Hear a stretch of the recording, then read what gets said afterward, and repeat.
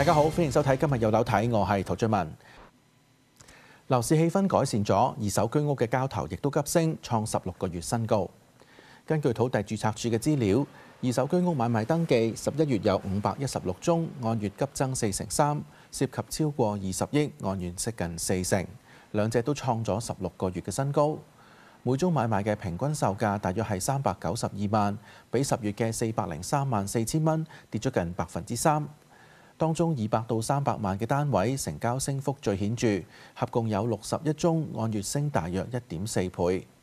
按地區計，九龍同新界交投增加，只有港島回落。分析預期今個月嘅交投有望再升。12月都係傳統一個淡月啦，咁有多啲嘅節慶假期咁再加上咧啱啱就對上一次美國減息，但係香港就冇減到，可能有個心理上嘅影響啦，市民可能都係想睇定啲先啦